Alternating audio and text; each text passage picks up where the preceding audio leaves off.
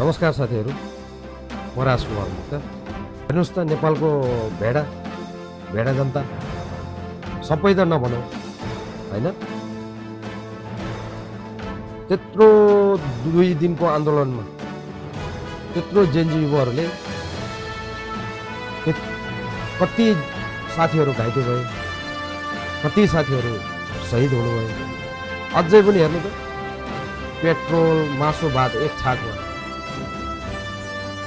पार्टीको झन्डा बोकेर जिन्दाबाद जिन्दाबाद भयो भनेर हिँड्दैछ। मैले भन्न खोजेको एउटा मात्रै पार्टी होइन, जुनै पनि पार्टीको हेर्नु त झन्डा बोकेर हिँडिरहेको छ। अझै बुद्धि कहिले आउने हो? तपाईँहरूले अहिले जुन त्यो मासु भात बेर पेट्रोल हालेपछि, गाडीमा पेट्रोल हालेपछि अनि पछि त्यही नेतालाई सराबेर हुन्छ त? त्यो नेतालाई त सराब्नै मिलेन। किन भन्दाखेरि उहाँले त तपाईँहरूलाई मासु भात खुवाउनु भयो, पेट्रोल हालिदिनु भयो, अनि पछि त्यसले विकास गरेन भनेर हुन्छ? त्यो त भन्ने बाटो नै छैन। अनि तपाईँले त्यो मासु भात खुवाउने पैसा उकास्नु परेन? त्यो बुझ्नुहोस् के जनता, नेपाली जनता त्यो बुझ्नुहोस्। किन विकास गर्दैन यो नेताहरूले भनेर तपाईँ सोच्नुहुन्छ भने तपाईँ सोच्नुहोस् पहिला। जब जिन्दाबाद जिन्दाबाद भन्दै हिँड्नुभयो नि, त्यतिखेर खाएको मासु भात बियर कुस्ती लगाएको, अनि गाडीमा तेल पेट्रोल हालेको, त्यो निकाल्नु परेन? तिमी जस्तो झोले त 75-76 जिल्लामा खुवाउनुपर्छ। अनि त्यो 5 वर्षको कार्यकालमा अनि त्यो पैसा कहाँबाट आउने? त्यो त निकाल्नै पऱ्यो। त्यही भएर तिमीहरू जस्तोले गर्दाखेरि नेता बिग्रेको, नेताले काम गरेन, नेताले गरेन, फलानाले गरेन, ढिस्काले गरेन भन्छ नि। तिमीहरू त्यो किन गरेन भन्दाखेरि तिमी खाने मासु भात अनि त्यो नेताको पैसा फ्रीमा आउँछ त? त्यो त निकाल्नै पऱ्यो। त्यहाँबाट कहाँबाट हुन्छ तिमीहरूको विकास? सोध त। त्यही भएर बेलामा बुद्धि पुऱ्याउनु, नेपाली जनताहरू बेलामा बुद्धि पुऱ्याउनु, युवा केटाहरू बुद्धि पुऱ्याउनु।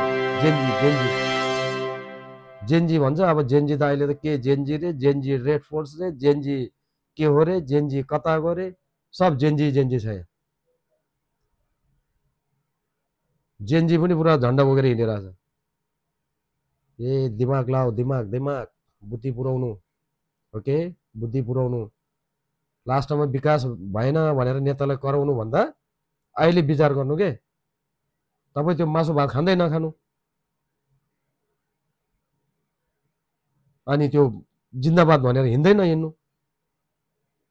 जो मान्छे आफ्नो लागि, आफ्नो गाउँठाउँको लागि राम्रो गर्छन्, जो मान्छेले विकास गर्छ, जो मान्छेले काम गर्छ, हो त्यो मान्छेले पठाउनु।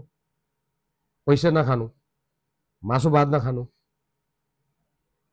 बल्ल त्यो मान्छेले त्यो ठाउँमा पुग्यो भने त्यो मान्छेले बल्ल विश्वास गर्छन्, बल्ल काम गर्छ त्यो मान्छेले। किनकि उसले चुनाव लड्ने बेलामा मासु भात खुवाएको हुँदैन, आमसभा गर्ने बेलामा मासु भात पेट्रोल हालिदिएको हुँदैन। सो उसले पैसा खाँदैन, भ्रष्टाचारी गर्दैन। हो त्यस्तो मान्छे चुन्नुहोस् क्या तपाईँहरूले।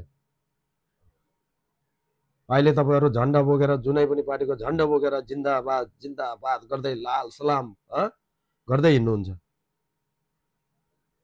अनि त्यहाँ गएको खाना खाएको त्यतिकै आउँछ? त्यो फ्रीमा त आउँदैन, त्यो त उठाउनै पर्यो। त्यही भएर सोच्नुहोस् साथीहरू, यस्तोमा लाग्नुभन्दा बरु आफ्नो खेती किसान गर्ने त्यो टाइम वेस्ट, अहिले भनेको समयको 1 घन्टाको 1 सेकेन्डको पनि महत्त्व छ यो टाइममा। बरु आफ्नो जग्गा जमिन बाँझो भएको खेत बारी जोत्नु, खन्नु, त्यहाँ केही चिज रोप्नु, कृषिमा लाग्नु, त्यही फाइदा हुन्छ। बुझ्नुभयो नि है त? म चाहिँ यति भन्न आएको तपाईँहरूलाई। थ्याङ्क यू, धन्यवाद। जय नेपाल।